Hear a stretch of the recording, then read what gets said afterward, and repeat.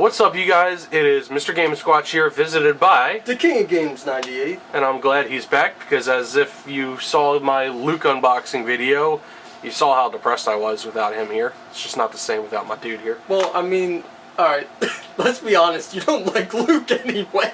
I don't either, but it would have been better to have the emotional support of you. So, but yes, as you can tell from the thumbnail and title of this video, and the very main centerpiece of like my video game shrine we got going on here. To all of Game Boy. Yes. Well, game in general, because we got N64, Color, Game & Watch, and almost in chronological order as well, because we got, even though this is from 2020, the Game & Watch, then Game Boy Color, SP. Yeah. Woo. Anyway, so as you can see from the nice little centerpiece here, we have a clear Game Boy Pocket that I managed to score. For me, it was just this past Friday. For you guys, it would have been the week before, or whenever you see this video, then it was a Friday. Yeah. A Friday. A Friday. With Brendan at Next Level, and honestly, it was actually down to the wire whether it was going to be me or Brendan getting it, actually. Yeah, because I mean, we both kind of wanted it. It was like, do we really want to try and spend that kind of money on this? Yeah. And I was going to be the gentleman, and I said, you know, you saw it first, I'll give you first dibs at it.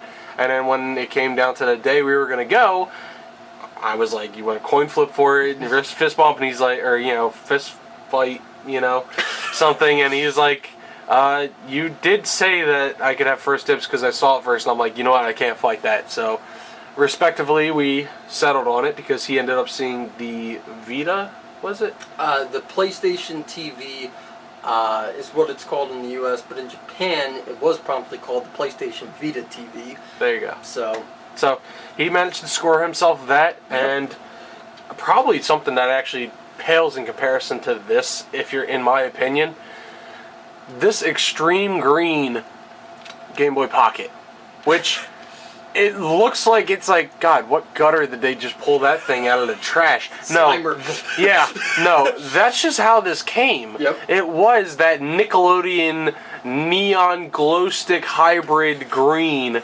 type of color. I know it's a little bit hard to see on the camera because it's so bright. It looks kind of just like a faded plastic. Yeah. But it is a legitimate, you know, I was about to say Pokemon. Yo, you are. So, I heard it. Nice extreme green. But I also have this complete in box clear Game Boy Pocket, and which has a nice little story behind it because, as Nick had pointed out, this is actually a numbers matching Game Boy Pocket box set.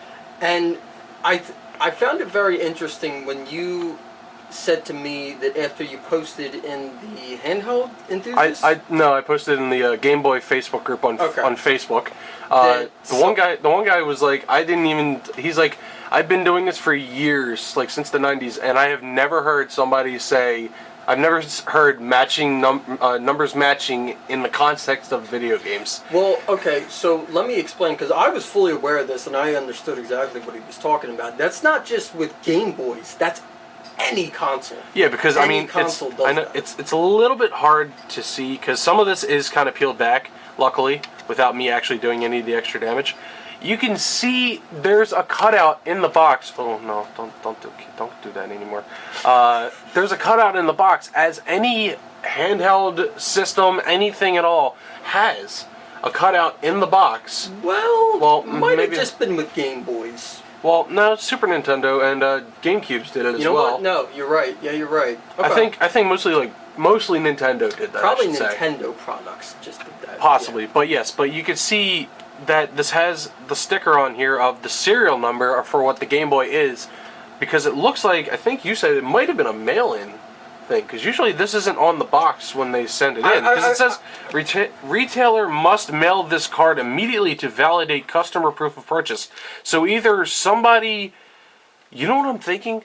Somebody could have probably ordered this for the, like, shipped to the store, and then never claimed it, because then the customer or the retailer would have to take this card off to make it sale of the person. Because let me explain to you, because I have the Atomic purple Game Boy Color in a box, but not the correct numbers matching box because that barcode label sticker is just gone off of it. Yeah, it's and a gone. lot of times that happens because it's just such a cheap sticker. Exactly. It's just So, there.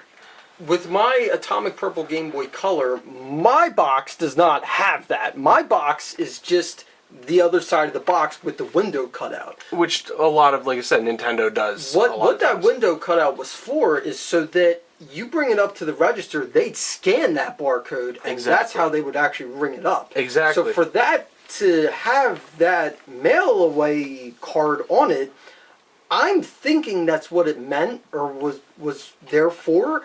Or at least in the instance of, like I said, I'm thinking, because like I said, note, if you have to return this product, Nintendo requires this proof of purchase, original packaging, and all components. Yeah. So then, and Nintendo customer service, if assistance needed with this product, call whatever. Returning to the store where purchased. Store return policies may vary by retailer. Returns to the Nintendo retailer are limited to a maximum of 90 days from purchase date, which they never even gave a purchase date. So this might very well be an actual like retail like overstock that somebody had bought instead or just kept after a store closed. That's a possibility. Yeah, like I could see maybe back in the early or mid 90s, whenever that was, going to like say, just as an example, Toys R Us and saying the customer wants a Game Boy Pocket in the clear translucent see-through one, and if they don't have it, him placing an order for them to order one to get it at the store. Yeah. And then maybe in this scenario they did get it at the store and he just never came and got it. Exactly. That's what I'm thinking. And I also like that there's still, as you pointed out before, the legit and original Nintendo seal. Yeah, the seal sticker, yeah. Of course, this one's obviously open because it was opened up and the person enjoyed it. Yeah. But they take very well care of this. Oh, yeah. I mean, I've had this since Friday. I'm recording this Monday. So for you guys, it'll be Saturday. Yeah. But the previous Monday or whenever you find this video, it doesn't matter. I've been playing this for a few days, and honestly, I'm a fan of it. I never really thought I would be a fan of a Pocket, but I guess just as a happy medium between a Game Boy Color and the size of a Game Boy Color, but playing DMG games without a piss screen, screen. Yep. Then I'm actually quite happy that I have this, and I've always been a fan of clear plastic things. I always liked looking at the electronics. Yeah, it's translucent. This. Yeah. So, without rambling on, why don't we open up said box, which looks like it still has all the built-in, obviously cardboard inserts to keep it all together. Yep. And I think let me know in the comments if this is actually classified as complete in box, because it only comes with the manual, consumer information and precautions booklet. I'm not 100% sure what everything entails. Like, some people are like, oh, it doesn't have the Nintendo Power Card or something, because I've gotten bitten in the ass with complete in box Pokemon games, and some of them were complete, some of them weren't. Well, okay, it was. I mean, we're not going to get into that whole story here, but just to sum it up, it was an argument over that person's version of complete in box against Tyler's version of what's considered complete in box. Now, since you asked and brought that up, yes, I would guess to say that when you bought this new back in 1990, whatever. I think 96 is the end of the copyright, okay, so 96 or 97. 1996, 97. I would imagine it would have came with a pamphlet for Nintendo Power, because Nintendo Power was still active and going at that point. So maybe this is only like 98% complete then. Yeah, I mean, I wouldn't call it fully complete in box, but it's essentially complete in box. Yeah. So yeah, Nintendo Power pamphlet probably would have been in there. I imagine there should have been a warranty card. You would think so, but if it didn't sell, then there probably wouldn't be a warranty to it. Or if somebody didn't choose to have a warranty. I'm not sure. I'm not really sure about that, because I would have thought that they would have stuck it in the box anyway, because like with the various complete in box games I own, like NES, Super Nintendo, Sega Genesis, they have a warranty card or I don't know if you'll have to forgive me if I'm screwing this up. If it's either a warranty card or a mail away card, but it's either way. There is a card that they put in it, right? Whether it's a warranty or satisfaction, like a review kind of card. Yes. So that one of them should probably be in that. On top of that, the consumer information booklet, yeah, that definitely would have been in there. And so, you know what? It's close enough. Oh, yeah, no. As far as I'm concerned, I enjoy it. It's just when I go to list it, it'll be like 90% complete in box. I would still consider that complete in box. But depending on who you talk to, and if you should happen to go to sell it, which I don't think you will. Not for a while. Yeah. At least until it becomes more valuable than what I paid for it. Yeah. You might get some really, really, really, really anal collectors that want to fight you to the death saying that is not complete in box. Oh, definitely. Well, you know what? Depends on who you ask. Yeah. And, I'm going to stop talking now because... That's okay. I'm not trying to interrupt you. I'm just trying to show, I'm demonstrating how well the screen works and the speaker as well.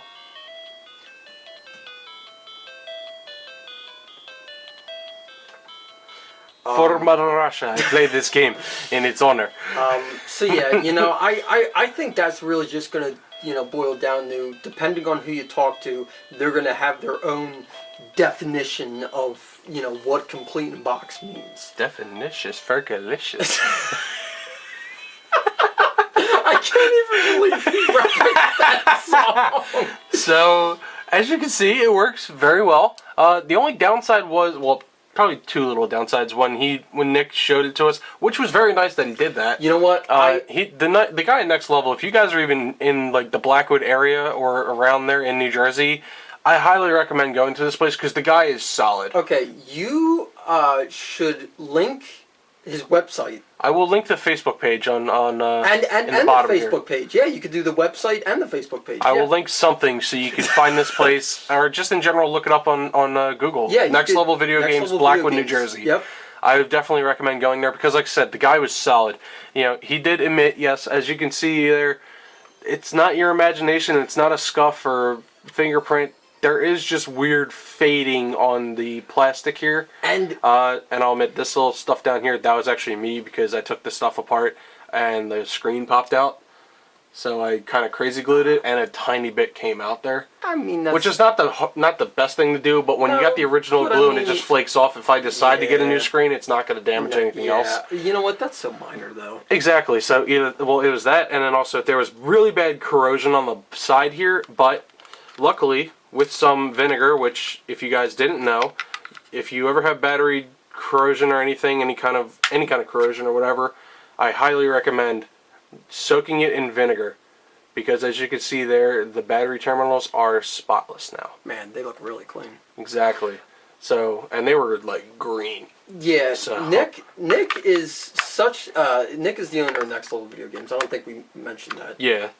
He is such a stand-up guy. That's why I love his store, and I am a repeat customer. I always will go to his store. Whether if it's I just bought. Hell, most of these games actually I got from Nick. Let's see. I got the Tetris from Nick, the Pokemon Silver and Gold, and I think even the Crystal that's in my Game Boy Color, the Paperboy, Rage, and I think Blue as well. I got those games from him as well, along with this, the Turok, Empire, Shadows of the Empire, the Men in Black. Yeah, I got a lot of shit from him. Yeah, so I can't recommend to go to his store enough. He is just a really honest, down to earth, stand up dude. Yeah, and plus he plays video game music as like background music. He does. It gives it such good ambiance. It's very. And he's got a little bit of everything too, from Pop Funkos to mangas and comic books, systems, video games, all like. Anime statues. And literally stretching from everything as far as video games, from like original like Atari 2600 to even freaking PS4. PS4. He got a Xbox One. He got a PS5 controller in, Yeah, and yeah, he did. And a PS5. He got the Miles Morales launch edition for the PS5. Yep. But even the Virtual Boy, he had Virtual Boy games. Yep. He gets a lot in because there's a lot of people that trade things in that either just don't want it anymore and realize it's worth much, or don't know it. But yes, he is a very nice guy. Absolutely recommend going to him. I mean, my God, I don't have that good of a memory, but I want to say I've been going to Nick at Next Level since I want to say in middle school.